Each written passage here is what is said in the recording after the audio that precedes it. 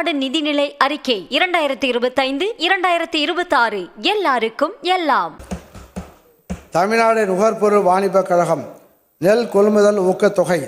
விவசாயிகளிடமிருந்து நேரடியாக கொள்முதல் செய்யப்படும் நெல்லிற்கு தமிழ்நாடு அரசால் சன்ன ரகம் மெட்ரிக் டன் ஒன்றுக்கு 1300 ரூபாயும், பொது ரகம் நெல் மெட்ரிக் டன் ஒன்றுக்கு 1050 ரூபாயும் ஊக்கத்தொகை வழங்கப்படுகிறது.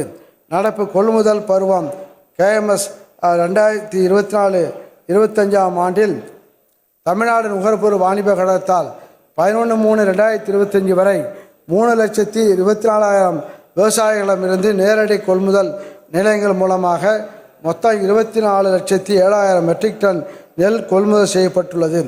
இதுவரை மொத்தம் ரூபாய் 297 கோடி நேரடியாக விவசாயிகள் வங்கி கணக்கில் வரவு வைக்கப்பட்டுள்ளது. 2025-26 ஆண்டில் நெல் ஊக்கத்தொகை வழங்கிட ரூபாய் 525 கோடி நிதி ஒதுக்கீடு செய்யப்பட்டுள்ளது. நேரடி நெல் கொள்முதல் நிலையங்கள்.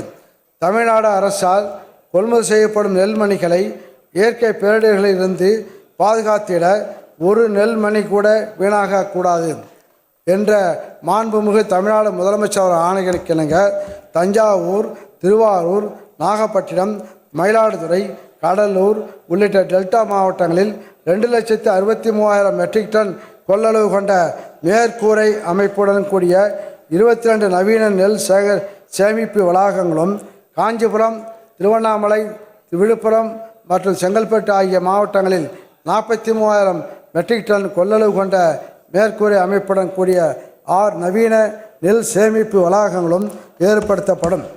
நெல் மூட்டைகளை பாதுகாப்பாக அடுக்கி வைப்பதற்கு 25,000 இரும்பு இடைச்செருகு கட்டைகளும், நெல்லின் ஈரப்பதம் கண்டறிவதற்கான 2,500 டிஜிட்டல் கருவிகளும், தஞ்சாவூர் மற்றும் திருவாரூர் மாவட்டங்களில் தலா ஒரு டிராக்டரும் கூடிய நெல் உலர்த்தும் இயந்திரமும் கொள்முதல் செய்யப்பட்டு வழங்கப்படும். இத்திட்டம் பல்வேறு நிதி ஆதாரங்களை ஒருங்கிணைத்து ரூபாய் 480 கோடி மதிப்பீட்டில் செயல்படுத்தப்படும். 2025-26 ஆண்டில் உணவு பாதுகாப்பினை உறுதி செய்யும் உணவு மானியத்துக்கு ரூபாய் 12,500 கோடி ஒதுக்கீடு செய்யப்பட்டுள்ளது. நீர்வளத்துறை பாசன கட்டமைப்புகளை புனரமைத்து நவீனப்படுத்தும் வகையில் அணை புனரமைப்பு மற்றும் மேம்பாட்டு திட்டத்தை நீர்வளத்துறை செயல்படுத்தி வருகிறது. 1071 தூர்வாரும் பணிகளை மேற்கொள்ளப்படும்.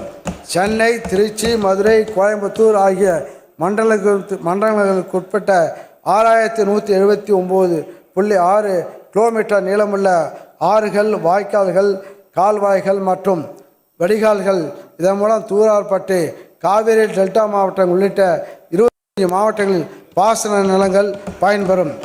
கால்நடை பராமரிப்பு. ஊரக பகுதிகளில் உள்ள ஏழை மகளிரின் வாழ்வாதாரத்தை மேம்படுத்துவதற்காக நாட்டுக்கோழி வளர்ப்பில் ஆர்வமுள்ள 360 ஊரக மகளிருக்கு 50% மானியத்துடன் நாட்டுக்கோழி பண்ணைகள் அமைப்பதற்கு ரூபாய் 6 கோடி நிதி ஒதுக்கீடு செய்யப்படும். தமிழ்நாட்டில் உள்ள 2,741 கால்நடை மருந்தகங்களில் திட்டமிடப்பட்ட இனப்பெருக்க முறையில் மலட்டுத்தன்மை உள்ள கால்நடைகளின் இனப்பெருக்கத்திற்கு திறனை மேம்படுத்த ரூபாய் 5,62,00,000 நிதி ஒதுக்கீடு செய்யப்படும்.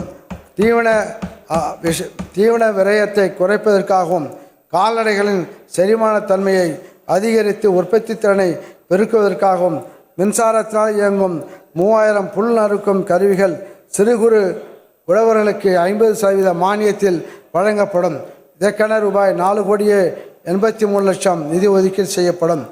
உயிர்மை வேளாண்மைக்கு அடிப்படையான இயற்கை உர தயாரிப்பினை ஊக்குவிக்கும் பொருட்டு மாவட்ட கால்நடை பண்ணைகளில் மாட்டு சாணம் கொண்டு மண்புழு உரம் தயாரிக்கப்பட்டு உழவர்களுக்கு நியாயமான விலையில் விநியோகம் செய்யப்படும். இதற்கென ரூபாய் 3,50,00,000 ஒதுக்கீடு செய்யப்படும். தமிழ்நாடு நிதிநிலை அறிக்கை 2025-2026 எல்லாருக்கும் எல்லாம்.